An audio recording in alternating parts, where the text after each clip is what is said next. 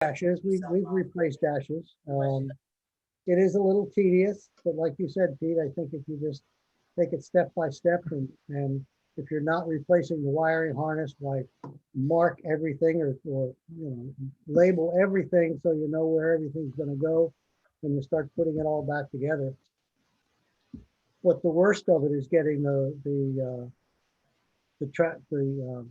temperature gauge out of there, the capillary tube. Sometimes they're really, really badly stuck into the block. But once you get that out, it's just a matter of undoing the clamps on it or the fasteners on it and bringing it back through the dash and being careful not to break the tube. The oil line just unscrews, and those are the only two tough ones to get to. Everything else is just wires that are loose back under there, or will come loose very quickly. And Reg Warren was asking about refinishing dashes instead of replacing it. Anyone have any experience with actually refinishing one of the veneer dashes for a BJ8? Peter? Yeah. Can you remind people to mute if they're not talking? Yeah, again, I see a number of folks are muted, so that's great. But if you are not speaking, if you wouldn't mind muting, that would minimize the background noise. But please feel free to come off at any time. So bottom left is where the mute button is. Peter, I looked into finishing mine with new veneer, and it was more complicated and more time consuming than the cost of the dash. Really? I did have some problem putting my dash in. The steering wheel was still in, as well as the steering shaft. And I unbolted it and actually pushed it down and sort of wiggled that part of the dash in. Yep. Otherwise, it would not fit if I didn't do that. But it was an easy fix. It was an easy thing to do.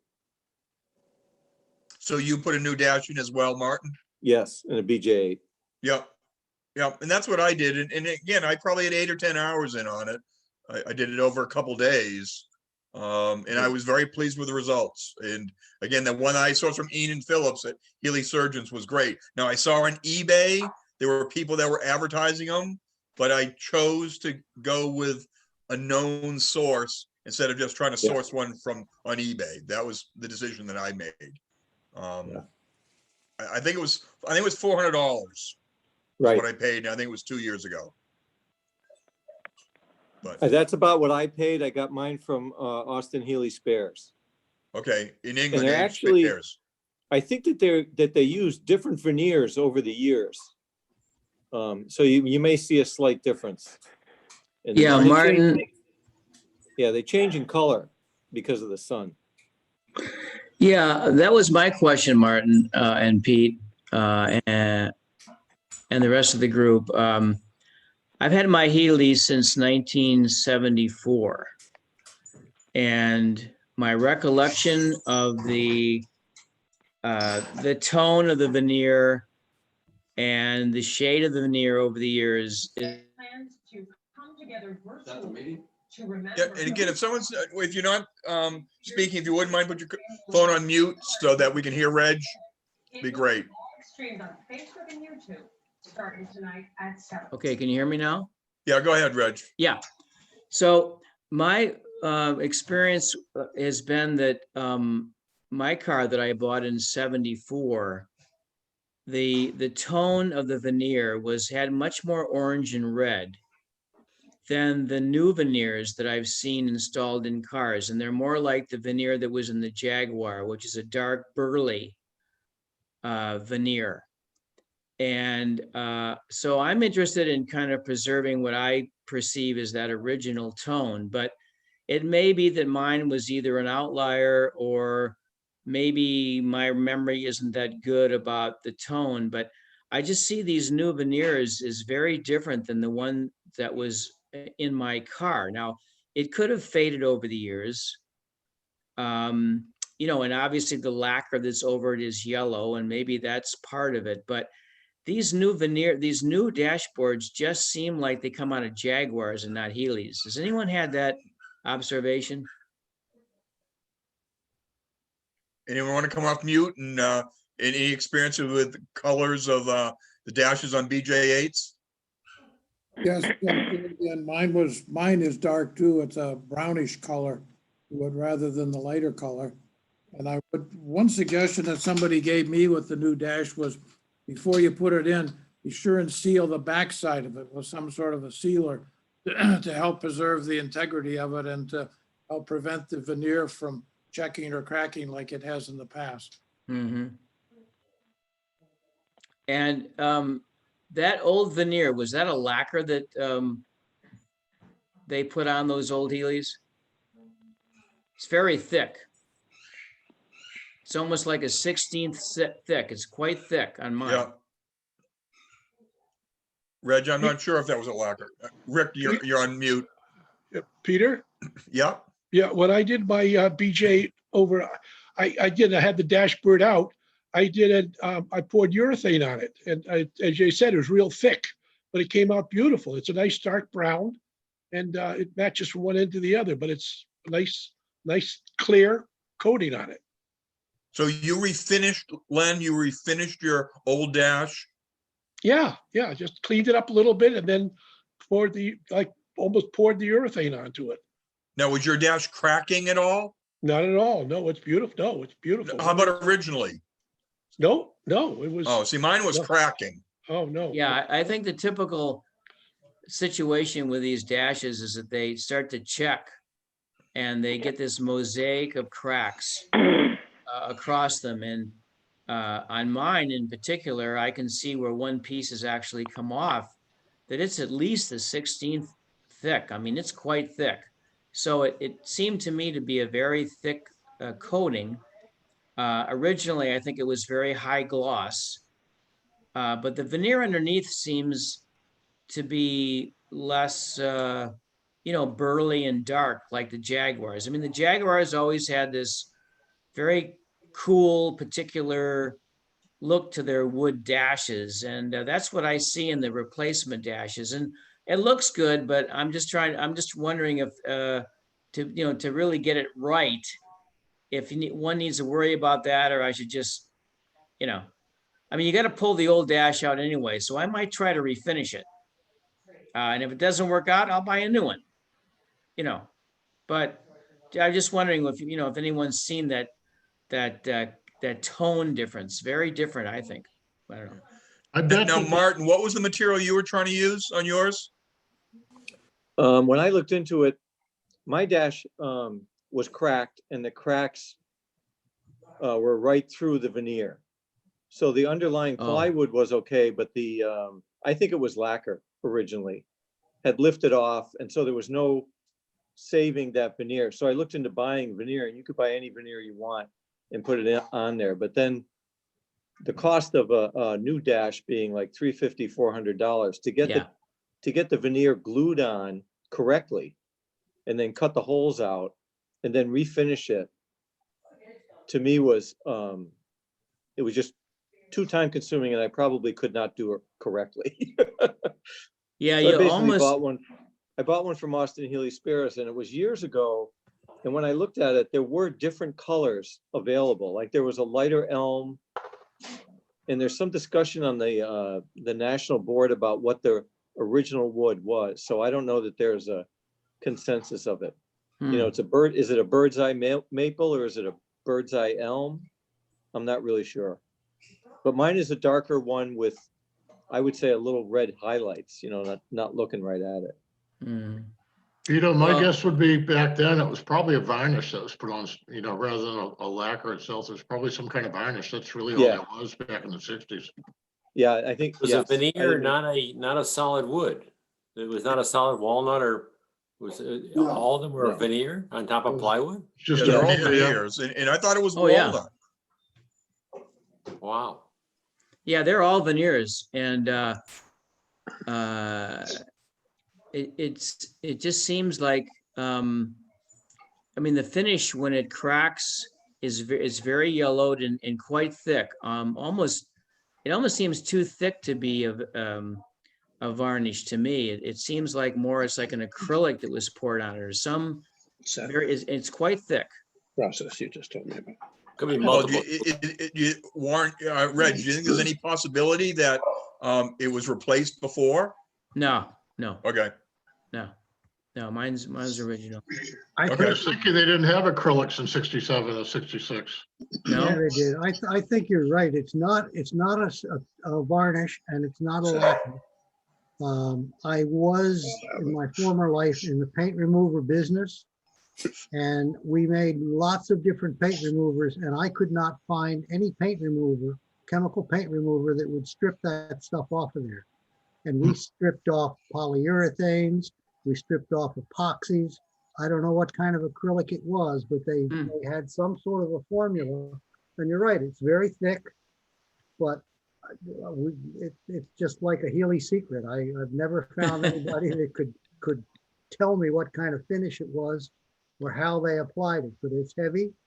But I've tried a number of different paint removers and let them sit on there and use little tricks that I'd learned over the years because I was in that business for 35 years.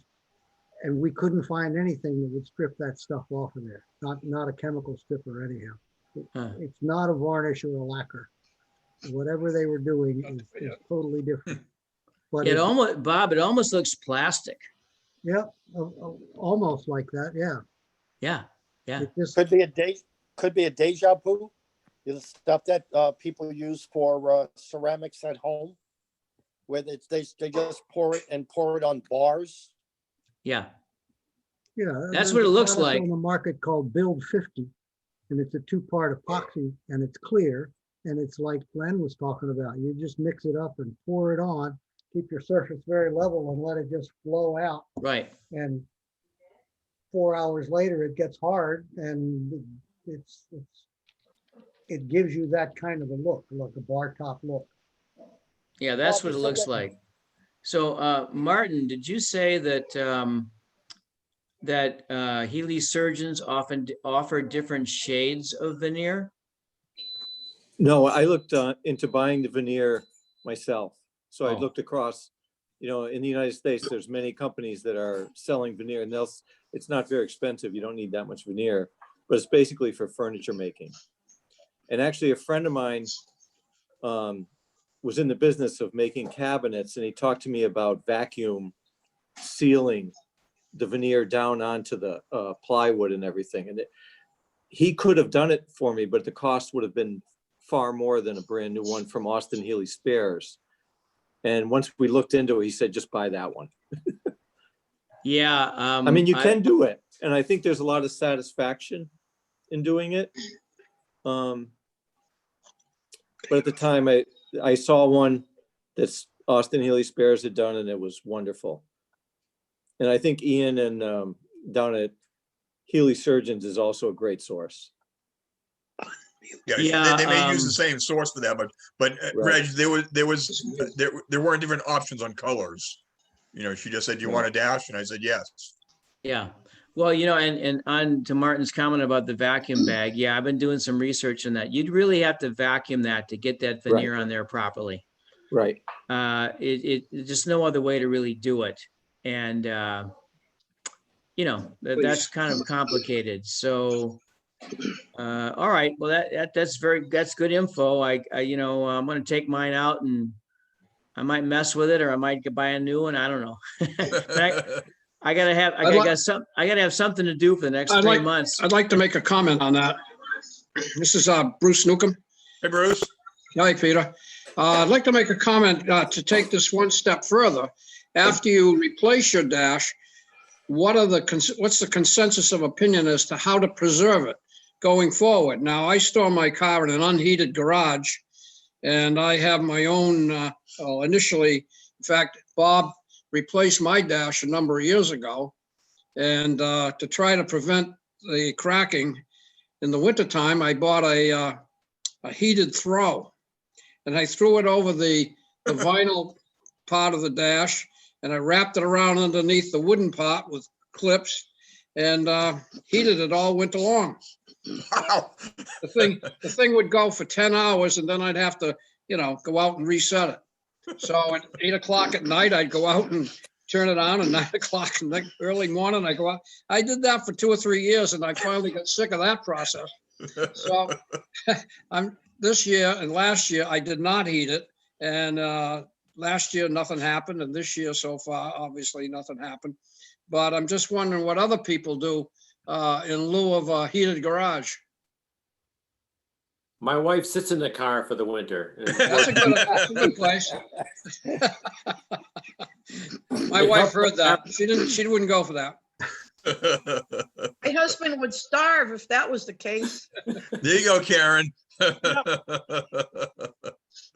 Hey, can I ask, Peter, can I ask Bob, what would his ballpark figure would be to replace the dash?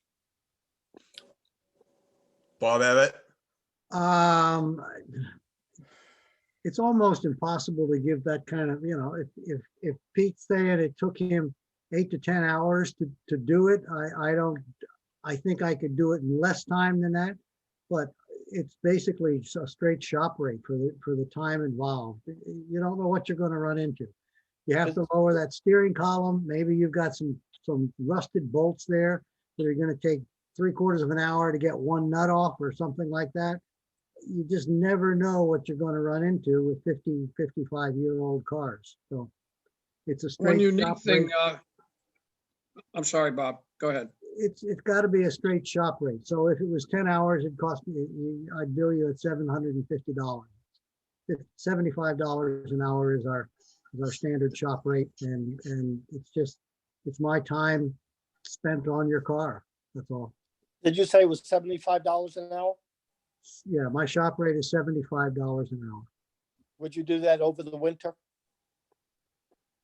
Probably not this winter because I'm solid booked. Okay. One of the unique things that Bob, that wrench you had with a slot in it, so you could get the thermocouple out of the head. Right. So you have to have that tool to make one. So there's added time right there. Yeah, I made one. I ground down a wrench to fit in there because otherwise a standard wrench won't fit in there. Right. It sits right there in my toolbox. I used it the other day on the BJ8. Yeah. So Again. that's something that the uninitiated would have to know before you start on that project. Yep. Well, if anyone does it, I have a spare wrench that fits in there beautifully. You can get about half a turn a piece on it. So it's a slow process. And again, if you haven't had that capillary tube out there, I mean, that can be frozen in there too. Right. But, mine had only come out 2 years ago. So it came out nicely last weekend. So, okay. Why don't we move on? Jack Toll, you're going high tech on us here. He's Yes, putting I in am. LED lights in his turn signals. Yes, I am. I've been struggling with it for a bit, and I got actually, I thought I'd do a quick 10-second show and tell. I've been working on LED, and I've kept running into troubles and so forth, and we've talked about ballasts, and I don't know if anybody can see it or not, but here's what a ballast looks like, which I just got from online. Yeah, we can see it.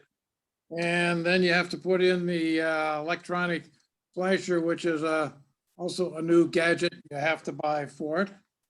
And if you've never seen an LED bulb, it's entirely different from the conventional incandescent bulbs.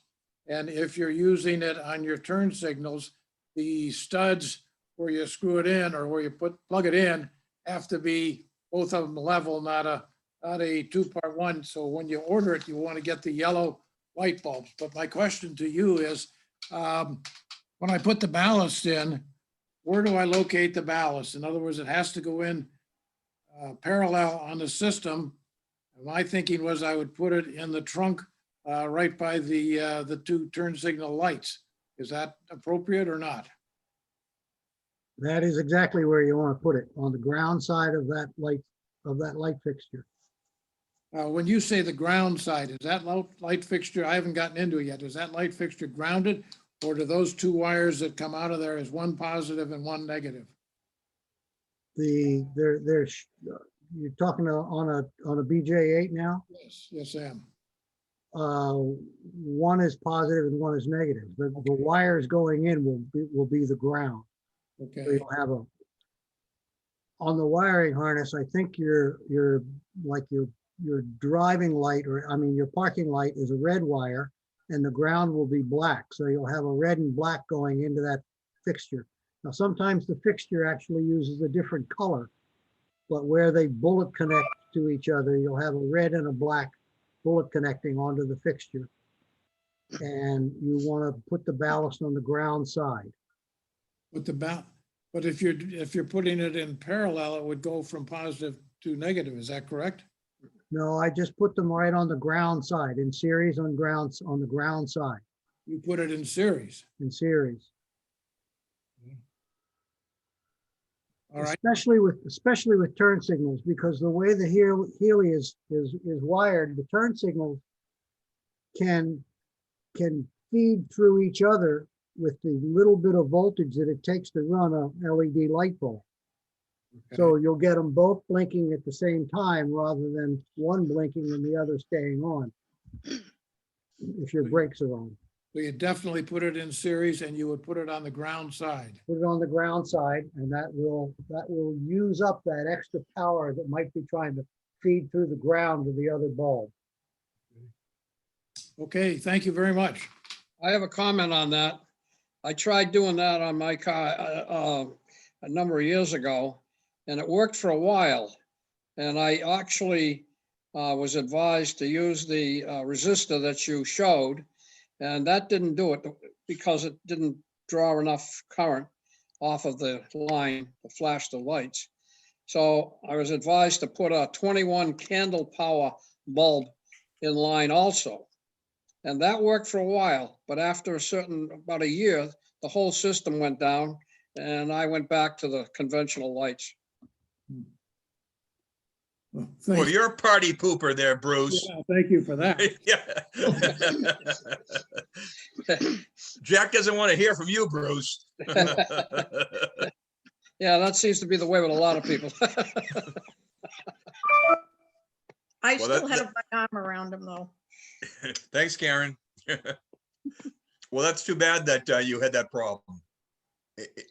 Bob Abbott, obviously it's like you've done it on a few cars. Have you had problems with recurring where they go bad after a while? Not that anybody called me and complained about. Okay. Well, your customers never complain, right? Well, yeah, no, but they haven't complained about that. Okay. Jack, any other questions on that? No, all set, thank you. I was mistaken. I thought that it went in parallel, so I appreciate the information. Great. Jack, question, did you do your headlights as well? Well, I didn't do them personally, but yes, we put different headlights in. They're halogen. Okay, not LED. No. Okay. Halogen, and it made a huge difference. But you can put halogen headlights in just with the normal wiring harness. You don't have to do anything special for that, did you, Jack? No, nothing. Right. Yeah, I think that's what Neil was saying. Neil, do you have any experience with LEDs and headlights? I don't, and I think it was maybe 2 or 3 months ago. That was kind of my question on the call, and I've never really followed up on it. But what I'd like to do is, at least for the headlights, replace them with something brighter, preferably LED, just because of the current draw.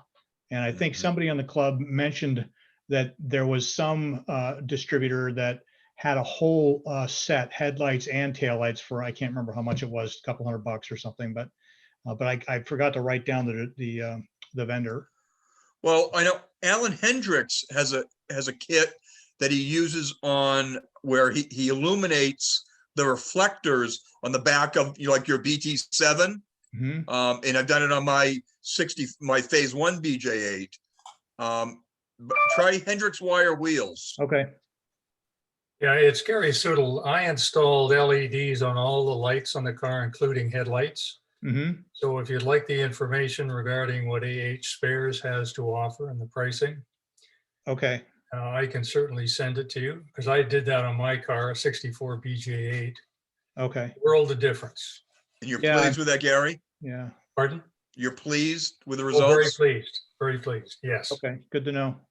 Okay. Yeah, this is Kelly. I've got a 67 BJ8 and a 67 Morgan +4, and we just put the LEDs in the Morgan, and boy, is that nice. And they're just straight plug-in units. The headlights? Yep. And I mean, so they're, when you say straight straight plugins, it's the typical sealed beam round, like, what is it, 7-inch round configuration? Yeah, it just replaces the whole thing, and there's a pigtail that takes the plug from the car to the light. Yeah, that's kind of what I'm looking for. It's just a direct, no fuss replacement for the headlights, so. It lights So it Kelly, up. you did, so that was on that Morgan, you put in LED headlights? That's correct. Okay, wow. I have a question. Has anyone used relays? Put the relay kit in for the headlights? Anyone used our relays for putting into, I know Ernie Connor has, he just finished a Bugeye, but he's an electrician. And he did.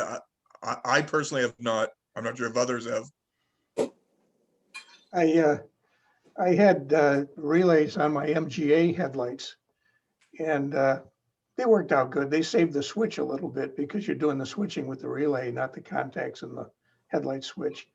I only would consider doing that if I went to halogen headlights. The LED should use enough lower current that you shouldn't be damaging the switch. Yeah, that's what I would think. Yeah. Thanks, Roy. Thank you. Okay, any other questions on that? Okay, Mark was lucky enough this summer to buy a 67 BJ8 with only 49,000 original miles. And Mark lives in Portsmouth, Rhode Island. He's right down the street from Richard, and he was inquiring as it related to getting his car repainted Healey Blue. And Richard, can you share who the body shop was that you used down in that area? I used East Coast Collision. They were on Jefferson, and I believe it's off of exit 12 on 95 in Rhode Island. I'd be more than happy to meet with him. He can see my car and see the paint job, and I can give him all the information if he wants to meet up with me. But what color is your car, Richard? British Racing Green. It was Okay, British your Racing BRG. Green. Okay, yeah. They sanded it. They opened up all the fenders, took away the batting in there. They sanded everything down to the bare metal. They put everything back together. Fantastic job. Mark, are you still on? Mark? Yes. Okay. So did you hear Richard? Yeah, yes, I did. Can you hear me? Yep, we can hear you, Mark. Yeah, no, I heard that. That was very helpful. Just as a bit of a quick background, and there is a place down the road in Bristol, Rhode Island, that's done quite a bit of work, and a friend of mine who's got a BJ8, originally Healey Blue, had his refinished, and I drove up mine and put it next to the one that was refinished, and curiously enough, it had a greenish tint to it. And when I asked the head of the place, called Apache Automotive in Bristol, he said, actually the Healey Blue, the true color has a little bit of tint of green, and I found it odd.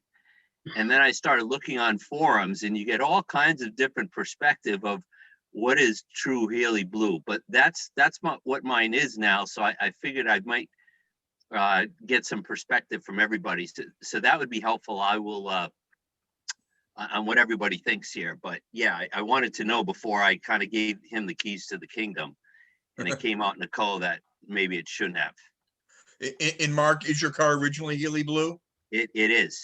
Great. Okay.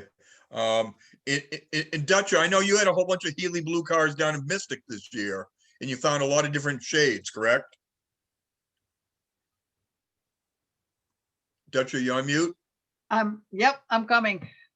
Yes, Mark, we had a member who stopped in when we had a gathering at Mystic Seaport, Emmanuel, and he had 3 different paint chips that he found, 3 different shades of Healey Blue on his car.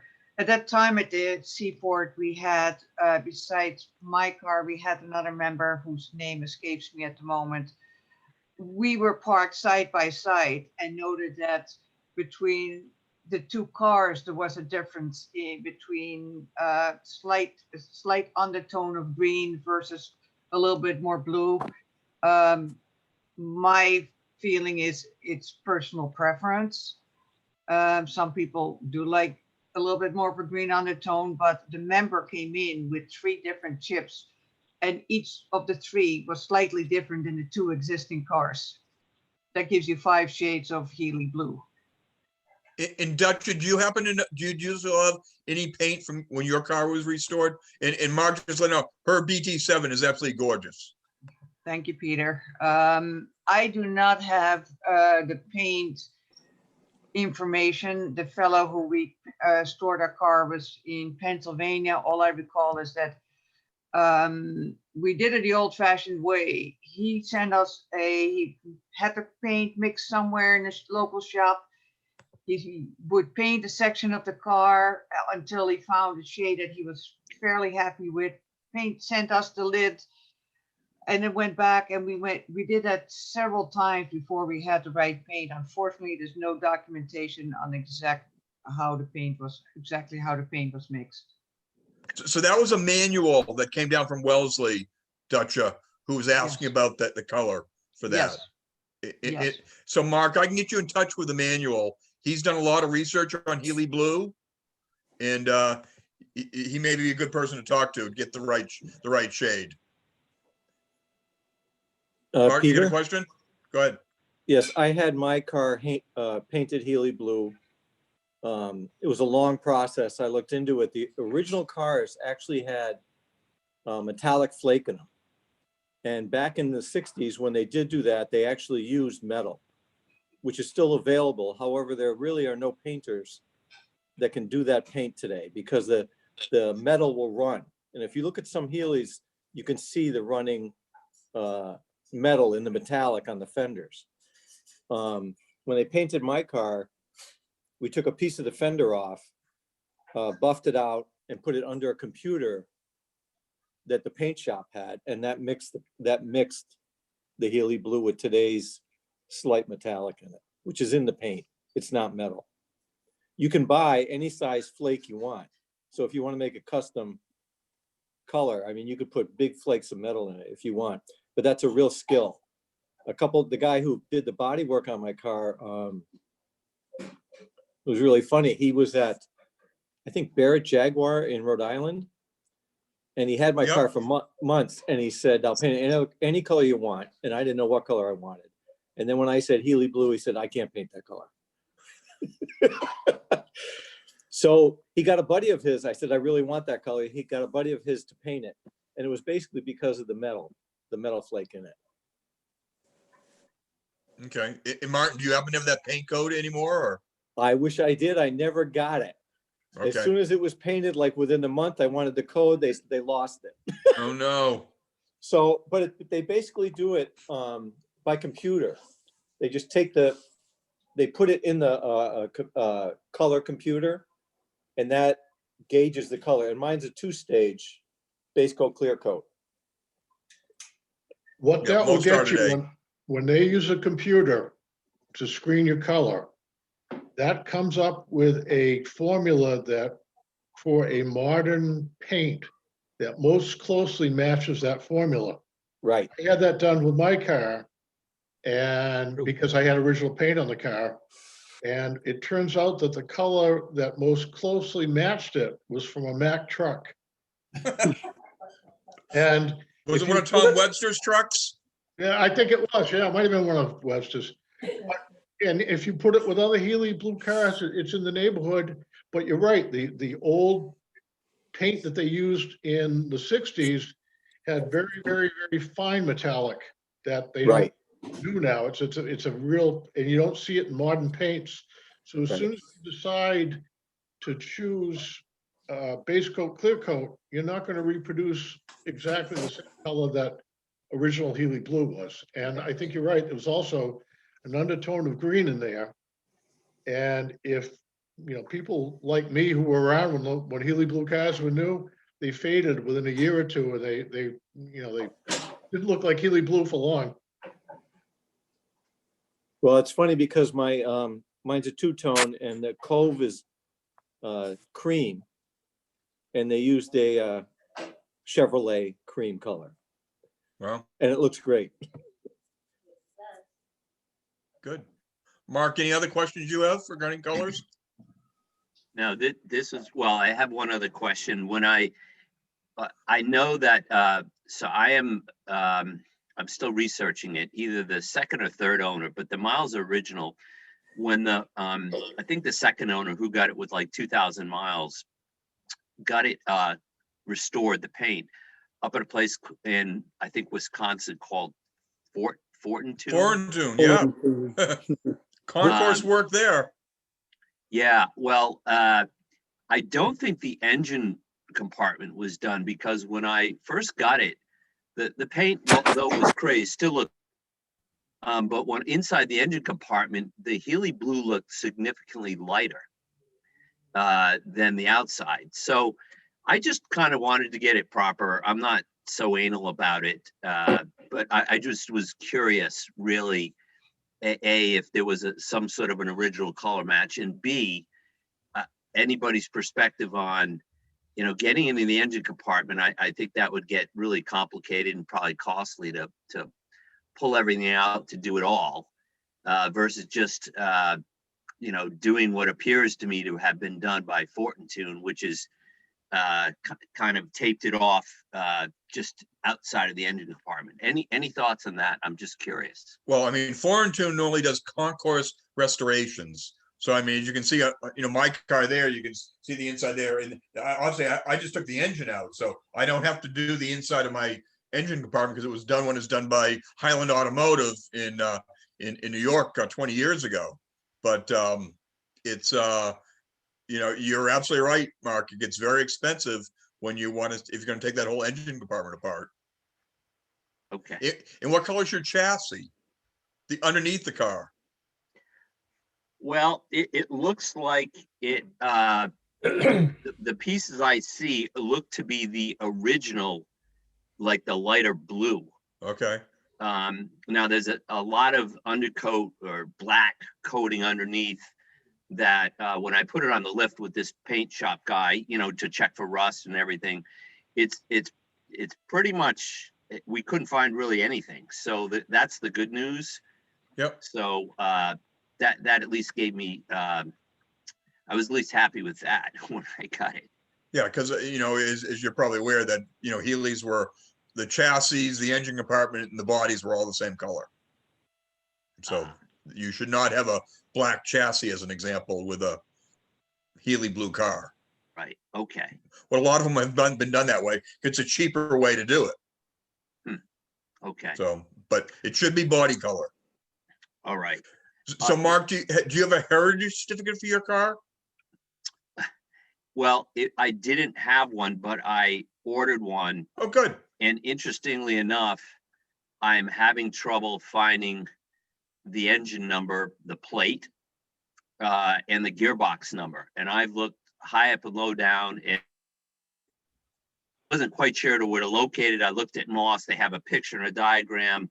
I can't seem to find it. So I went through the records. I don't think it's a new engine or anything like that. I think it's all original, but I can't find the stamp, the plate for the engine number. And I can't for the life of me find the gearbox number. Chassis number is the same. Okay. So there should be a plate on the engine on the left-hand side up front, right behind the water pump. Yeah. Below the head. Yeah, can't find it. Okay. Sometimes when these engines were rebuilt, and they hot tanked them, the plate disappeared in the hot tank. They just melted away. So that could be what happened. Okay. It would be stamped in there. I mean, you know, it's a separate, it's a silver plate that's supposed to be on there. On there, right. That's what I thought. Yep. Now, Mark, are you also familiar with Steve Byer, who is the registrar for the BJ8? No. So Steve, remember he was on our call about a year ago. He came on this call and so he has records of over 50%.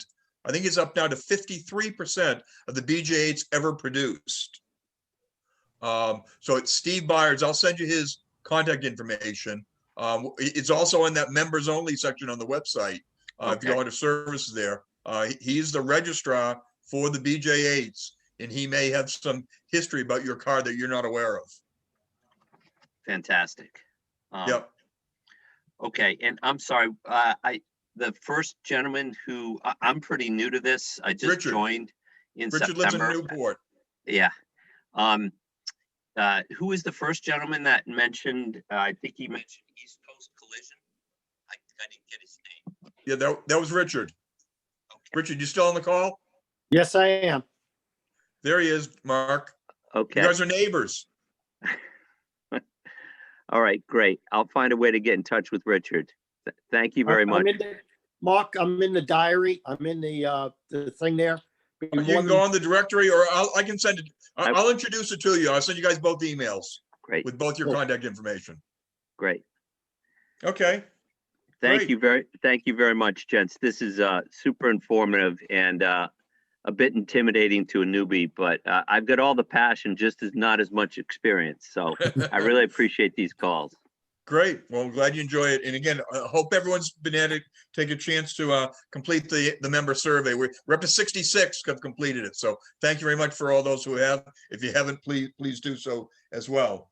So Nick Ferrant, the birthday boy, are you on? I'm on. Hi, Nick. Happy birthday. Oh, thank you very much. So Nick is in the process. Nick is, he's got both a beautiful BD7 and a couple of different beautiful Bugeyes. Nick and I met about 10 years ago down in Paradise, Pennsylvania at an event, and he was having his car in a concourse, but you're doing another restoration and the question's on a door skin, right, Nick? Correct. You want to ask your question to the group so everyone can hear it? Yeah, I have a chassis that came from California that I'm taking and combining two cars into the one, because my original parts car was sitting alongside the garage for 47 years. Not much left to it. But I'm right to the point in the body work where I'm doing the doors, and I'm putting a new door skin on because the original door was pitted and rotted through. But my main question is I'm assuming that when you're putting the door skin on a Bugeye Sprite, it slides down from the top down and you plug weld the top seam. Then my question is, do you go down and fold under the bottom edge, or do you come down the sides and do the side edges when you fold them and wrap them around the door frame? Anyone have an experience with reskinning a Bugeye door? I reskinned a door on my BN4, and I've done quite a bit of body work over the years with British cars, and I did a Jaguar for a guy. And what you have to do is make sure when you put the skin on is that it lines up with your lines and it's square to the door. And what I typically do is I fit it on the car and I make adjustments. Then I peen the edges slowly all the way around. And I had to put lower patch panels on my car, and that's what I did. But it takes time, and you have to be very patient with it, because it will move around. And it seems like when you do these cars, when you take them apart, put them back, they don't fit the same way. It drives you nuts. So I had that problem with my doors. I had to put sills in, and I had to rebuild that whole area. And it's not easy, but if you take your time and keep checking your work, it's not too bad. Do you have a MIG welder? I think a Sprite is a little bit different than a Big Healey because I have a BN4 too. Yes. And the top edge of the Sprite, two pieces fold over like this, and that's where you plug weld the top edge. Yeah. So I'm thinking that once I get it straightened and I plug weld it, it shouldn't twist or move. Right. It's just a matter of doing either the sides or the bottom, depending on, so you don't get anything bowing out in the middle. Right. Just watch your gaps, Oh, the gaps are horrible. But I think you're got a point, Nick. There is the bottom. I would think would be last because that's where you're going to see least. And I would think going around the sides, once you do that top piece first, would be a good way to do it. I mean, I did that with on my A pillar when I had to replace that on my Bugeye. That's why I did that. I replaced both A pillars on this car already too, and I started at the top and went my way down on them. Yeah. Yeah. I just looked I just went in the garage and looked at my Bugeye, and there's a diagonal cut between the sides and the bottom, so that when you fold up the bottom, if you folded the sides first and then you fold up the bottom, they don't overlap. You've got a 45-degree angle, so that you could do it either way. As far as, I don't know which one is going to give you a smoother door panel, but they don't overlap at all. So that part doesn't make any difference as far as I can see, is when you do it. You know, it's not like the sides overlap the bottom, where the bottom overlaps the sides. It's a 45-degree I noticed that angle. on my other car too. Yeah. Okay. Anyone else have any suggestions for Nick?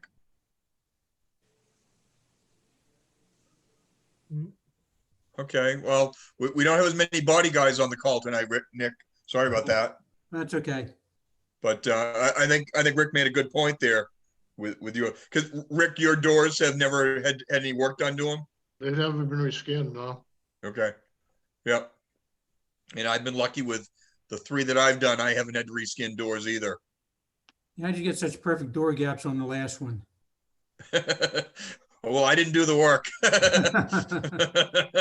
You take a big piece of welding rod and weld it on the side, and then grind it down. Yeah, I've seen it on YouTube. It's a lot of work. Yeah.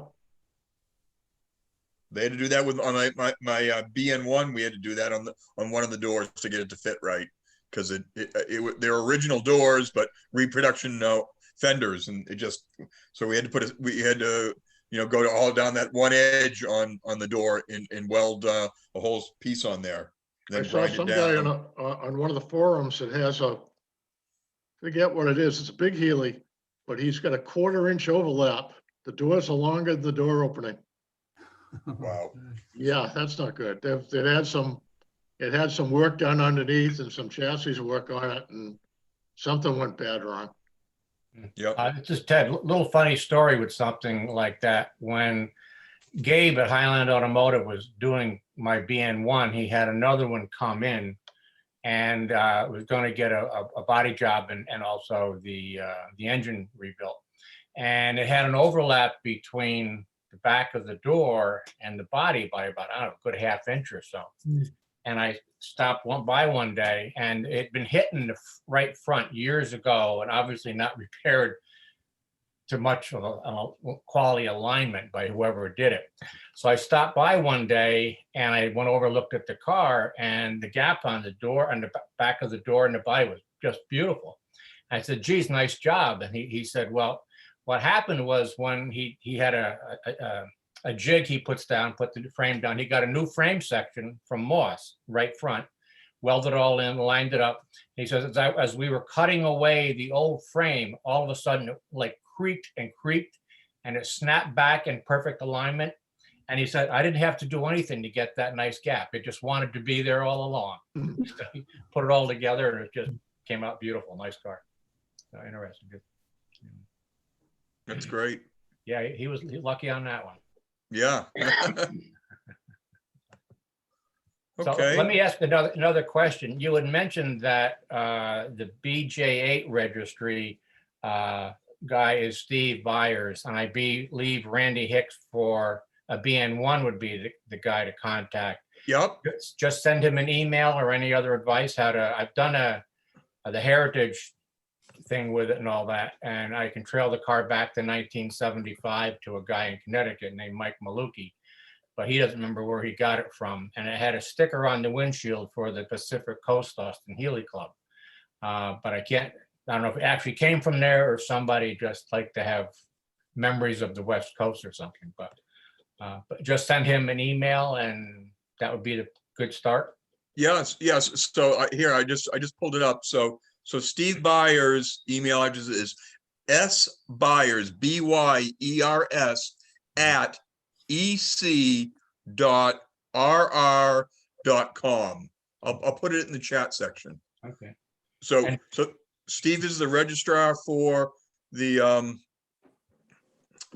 for the BJ8s. Okay, and for BN1, it's Randy Hicks, and I can find that in the back of Healey Mark, I think. Yep. Okay, all right, good, thank you. Yep. I'm going to just here do everyone. Sorry, you said Ted for BN1. You know anybody for BN2? Or different Yeah. person? So Randy Hicks does both. He does the hundreds. Here, I'll get you Randy's details. I just posted in the chat Steve Byers for the BJ8. I'll get Randy's. All the registrars are located every month in the Healey Mark, all the contact information, phone numbers, and email addresses. So just refer to that. Yep. That's Bob Britton, who's the BJ7 registrar. And I don't have anywhere near Steve Byers' number of 50%. I think I'm at maybe 18% for BJ7s. They don't get the love that the BJ8s do. Well, you're right. The BJ8s survive greater than, and again, 50% of our club members have BJ8s. So that they are the ones that survive the best. That tells you something right there. Yep. I don't see Randy's right now. I apologize. But Bob Britton's right. If you go into the Mark, all the registrars are on there. So you can get Mariano, you can get it right there in the back of the Mark. Has all the registrars for each one of the models. Yeah, I'm looking at it now, Bob. Thank you. Yes. Hey, Peter, I have Randy's right here if you want it. It's Healey100m@gmail.com. Thanks, Roy. Mariano, do you hear that? Yeah, my spelling is not very good, so if they put it in the chat, much better. Roy, here, I'll do that again. Roy, what was that again? 100M? Healey100m@gmail.com. All right. My spelling isn't very good.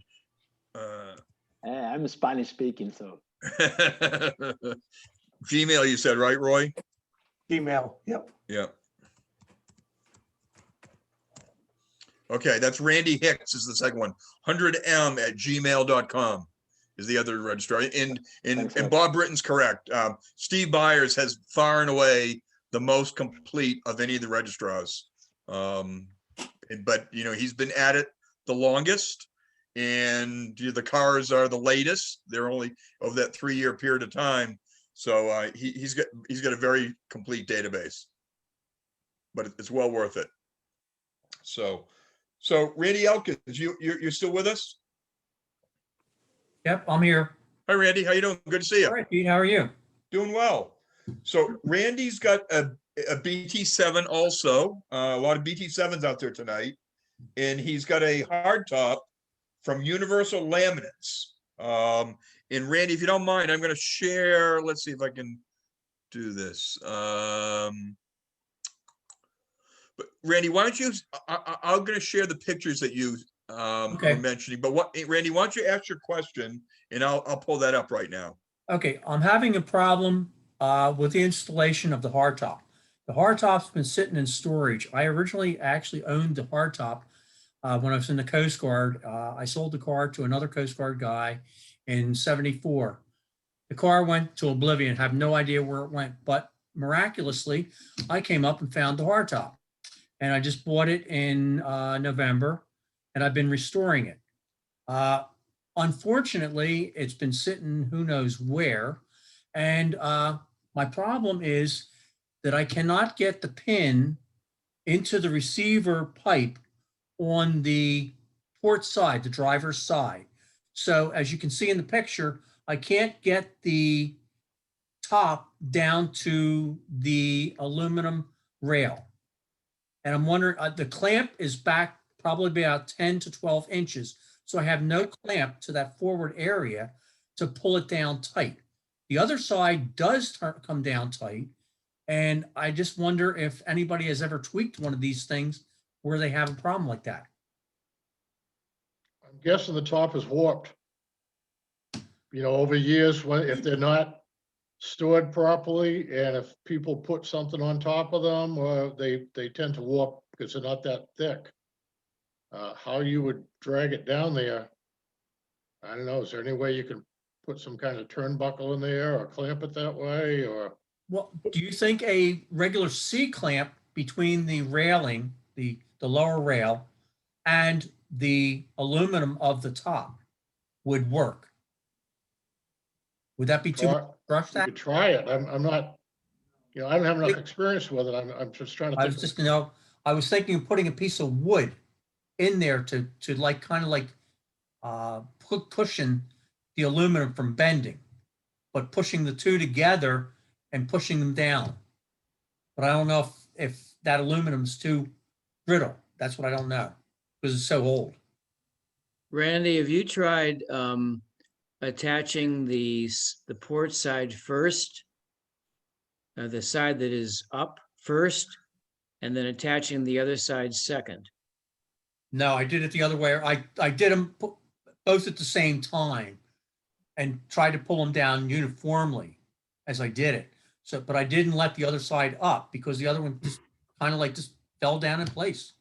I would suggest you try putting the side that won't connect in first and see if the gap and the distance in the starboard side or right side right is less, because it could be it just could be the way that the rim that's fitting on in your car is slightly not in true parallel shape.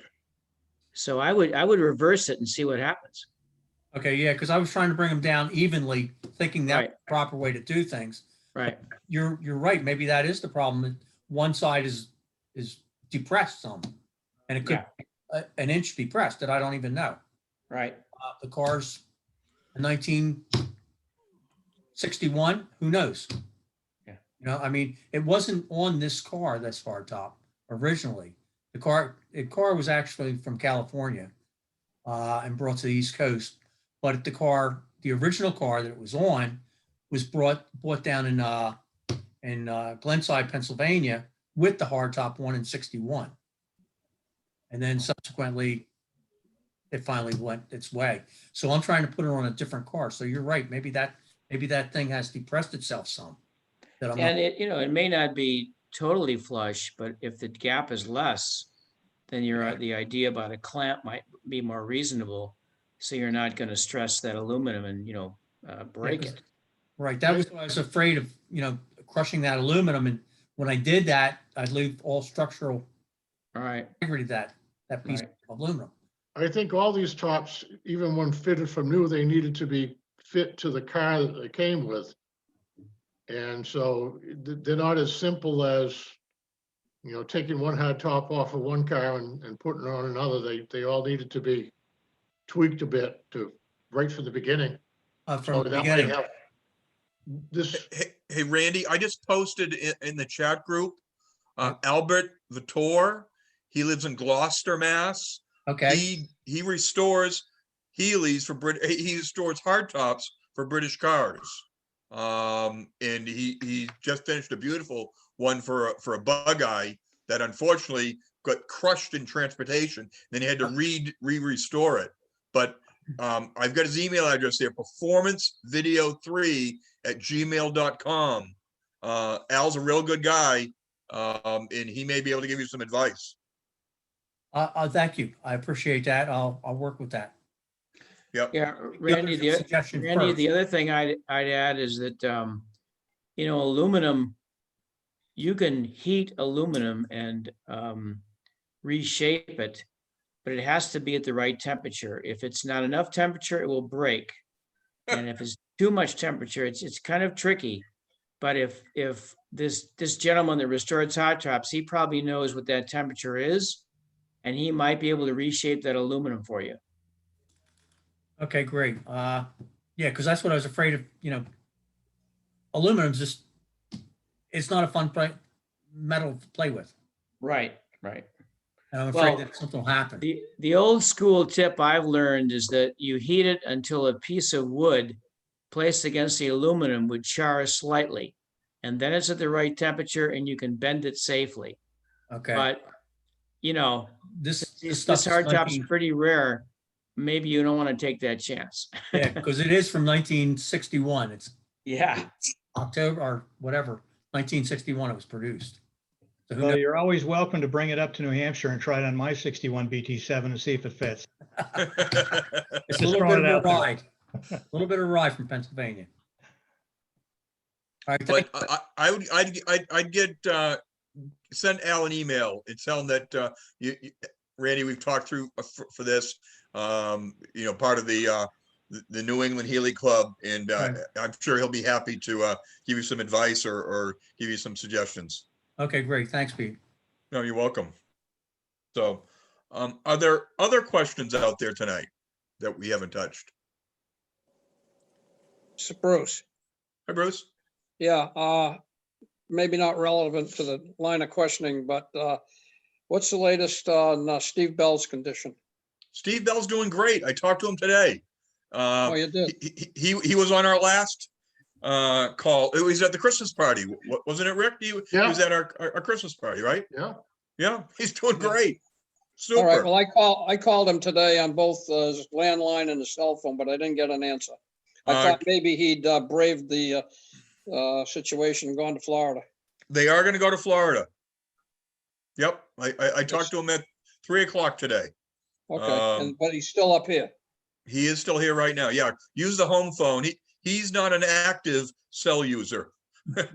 He's better catching him at home on the landline. I got a message on the cell phone says part of your calling is not accepting calls at this time. Well, I don't know what he's got, whether he's got a squirrel in a cage that runs out or what, but I don't know. He never accepts calls on his cell phone. Yeah. Okay, thank you. Yep, and he's not on tonight because he's got a Sharon Band Club meeting tonight. So that's the reason he's not on the call tonight. But So he's back at it. he is definitely back out. He was out of the hospital in 3 days, and again, with the Christmas party was within like 5 days of his surgery, I think, or maybe it was 7 or so, but it wasn't much.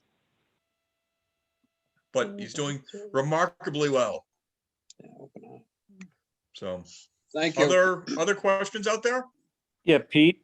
Yeah. It's Tom Levitt. Hey, Tom. Question for the group.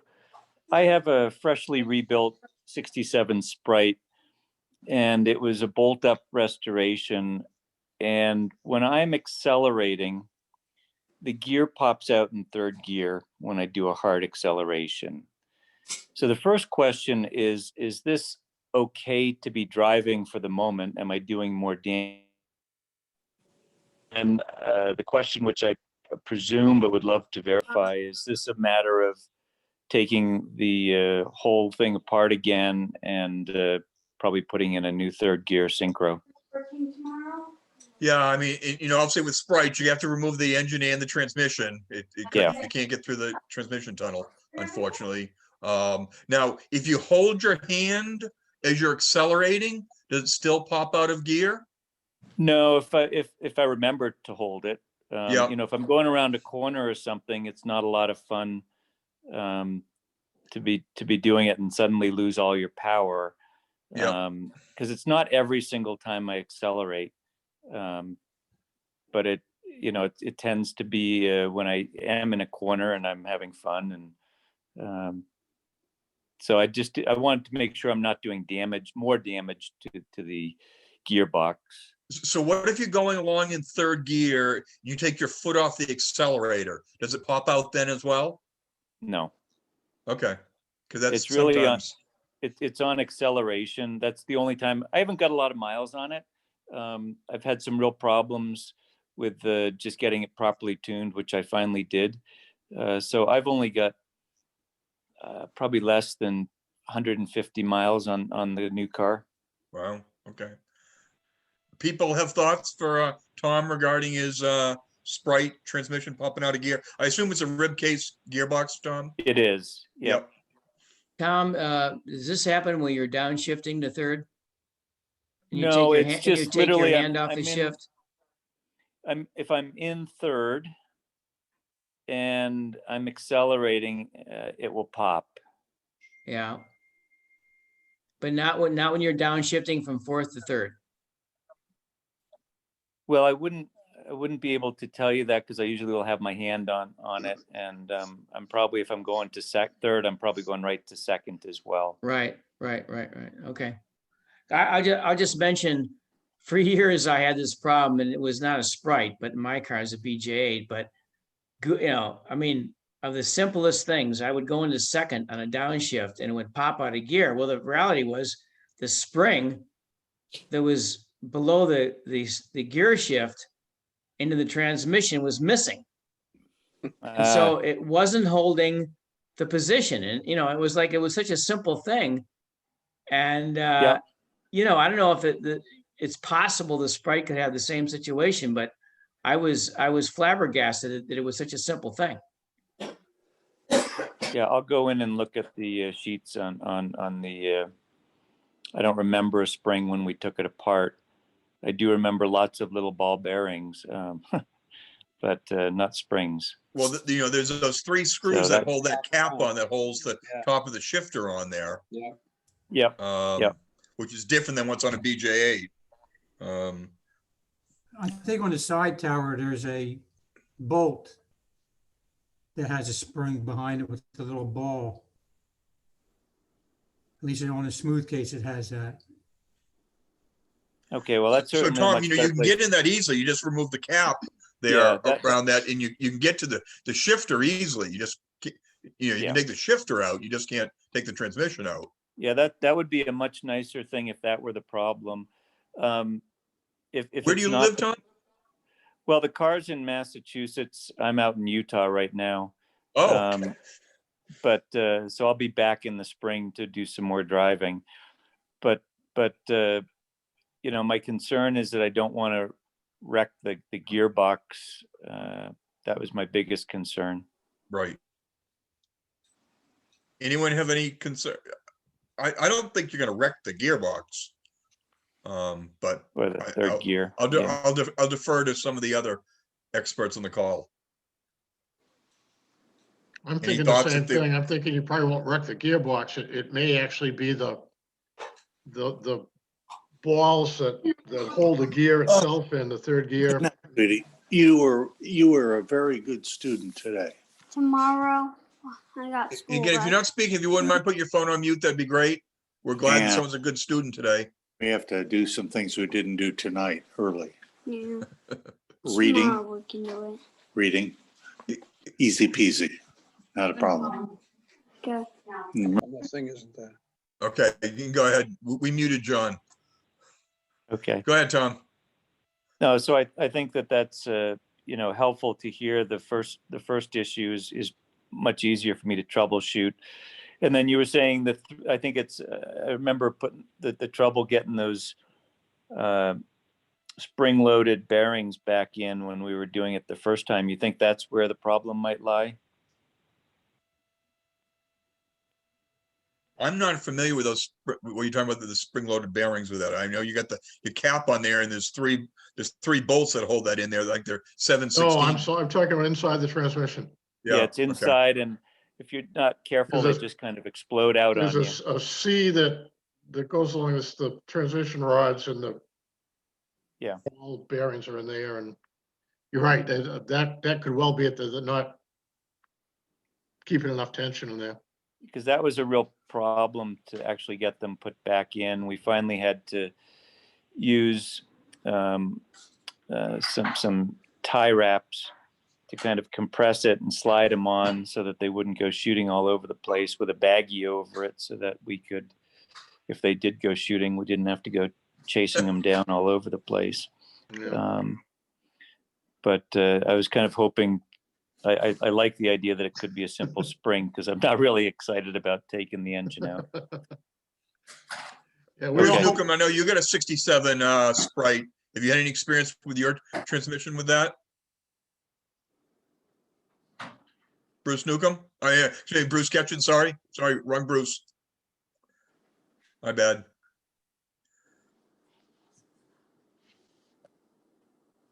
Okay, well, that's great feedback and thanks to the group, and I'll keep thinking about it over the winter. Okay. I see you're off mute, Bruce. Hey, Peter, there is a spring underneath the shift lever that you access by removing those 3 bolts that hold that lever in place, the ball. And there is a spring in there, and there's also an anti-rattle device. I don't think that has anything to do with keeping it in gear or keeping it from coming out of gear. But I think Rick Neville's comment about those bearings that are on the shafts in there are there, I believe, to keep those gears in place while they're running. So, and they are very difficult to get in place. But I'd start with the shift tower. There's a spring and there's a plastic sleeve underneath there that are all part of the shifting mechanism, and whether that would hold it in gear or not, I don't know, but it would be a good place to start. Okay, thank you. And do you know if there is a tool or if there's a template of a tool for doing those ball bearing springs? It was a real killer in terms of time to get those done. I have mine apart. I haven't put it back together yet, so I'll let you know. Stand by. You need about 10 sets of hands at the same time. Yeah, that's the same one I have. Yeah.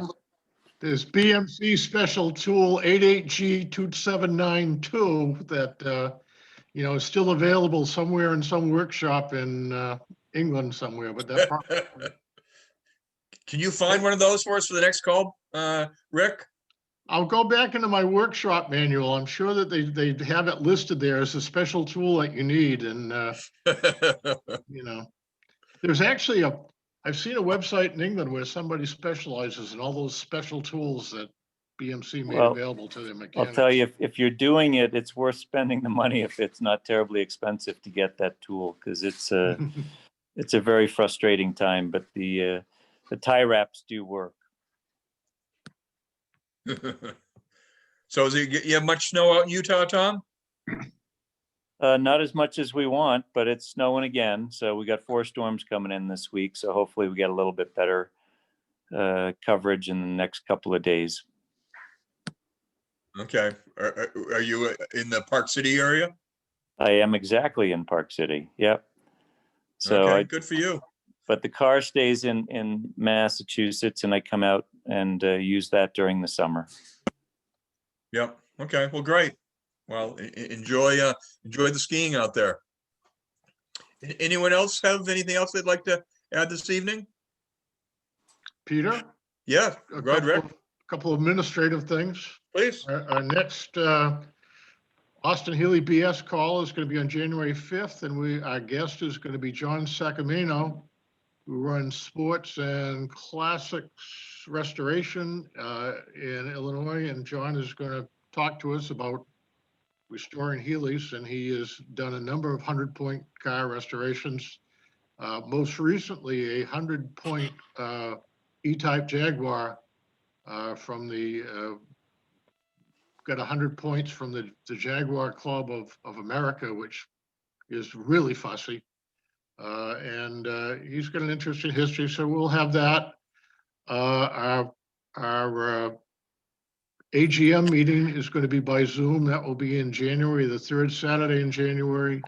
I've got some things that are going to be coming up for that meeting that I will send out to you in an email. We had a great response to our insurance AHBS call. We had 45 people on the call, and a couple of our guest, Steve Mollahan, picked up a few new customers as a result of the call. A number of people also called Hagerty and immediately upped their coverage really quickly.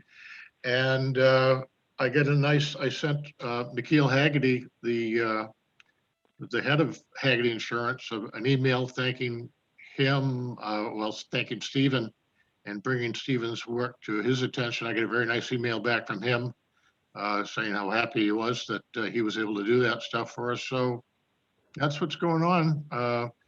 They're still working in the workshop here. The elves have not finished working, but happy holidays to all of you. And Peter, looking over your head, you know, there's room for a V8 in that big empty space you've got behind you there. That's true, there is, but I'm going to stay pure at the moment. So, well, great. Well, thank you all for your time this evening. Hope you found it enjoyable. This is the largest. We had 40 people on the call tonight, so that's great. Hopefully you find this valuable. Please feel free to keep sharing new ideas and questions. It's amazing. We've been doing this for over 3 years now, and every month we get new questions. So it's not the same old things, and so it's great. And again, as a final reminder, you know, if you haven't completed the survey, please do so. You know, we'd like to get at least a third of our members, which will be over 100, that we'd like to complete that. And Rick mentioned the AGM, the annual general meeting that we'll have with Zoom. We will report the results of the survey on that meeting, so that the third Saturday is the 16th of January. With that, so Great call, guys. Great call. okay, thank you all. Good night. Thank Happy you. holidays. Thank Take you. care. Peter. Merry Christmas. Merry Christmas all. Happy Yeah. birthday, Nick. Nice job, Peter. Thanks. Thank you. Thank you, Bye. Peter. Thank you, Peter. Welcome. Thank you. Thank you. Thank you, Great Peter. job, Peter. Okay, yes, thank you very much.